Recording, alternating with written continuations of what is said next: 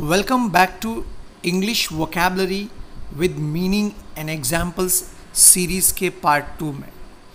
Students, पिछले videos में भी कुछ स्टूडेंट्स ने एग्जाम्पल बना के कमेंट बॉक्स में रखे थे। आप इस वीडियो को आखिरी तक देखें, बहुत ही दिलचस्प, बहुत ही इंटरेस्टिंग आपको अनुभव होगा, क्योंकि वोकैब का मीनिंग लेना एक अलग बात है, एग्जाम्पल के साथ प्रैक्टिस करना बिल्कुल अलग है। सो आइए हम स्टार्ट करते हैं आज का part. The first vocabulary ponder, PONDER, ponder एक वर्ब है। It means to think about something carefully और फॉर अ लॉन्ग टाइम, किसी विषय पर गंभीरतापूर्वक या देर तक सोचना। Example, he pondered over her words. कई बार कोई कुछ कह के चला जाता, हम सोचते रहते ना उसने ऐसा क्यों कहा, कैसे कहा, उसी को कहते हैं पॉन्डर।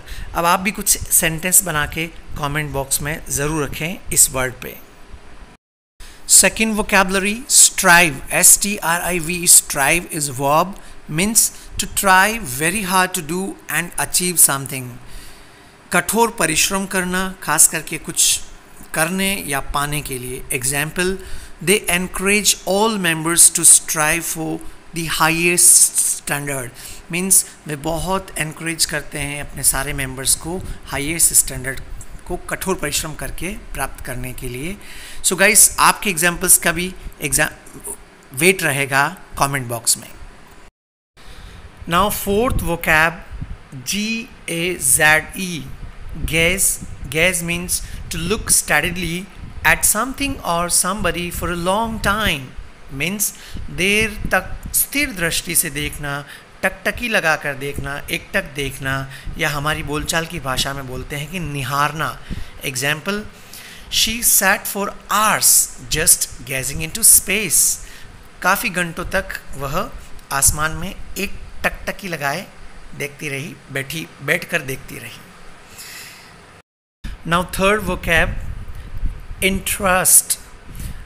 कई सारे लोग इसको प्रोनाउंस करते हैं interest, but the correct pronunciation इसका होता है इंटरेस्ट। वर्ब है to make somebody responsible for doing something and taking care of somebody. किसी को किसी काम का दायित्व सौंपना।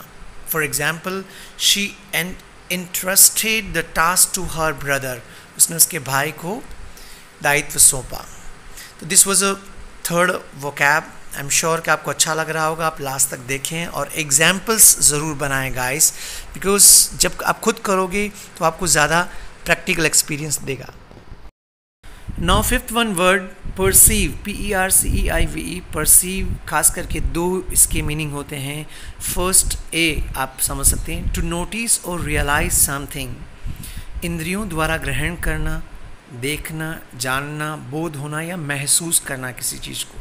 Example, I perceived a change in her behaviour. Means मैंने देखा या जाना उस लड़की के व्यवहार में बदलाव मैंने महसूस किया, जाना। Now guys, second use of perceive. Second use है टू अंडरस्टैंड और think of something in a particular way.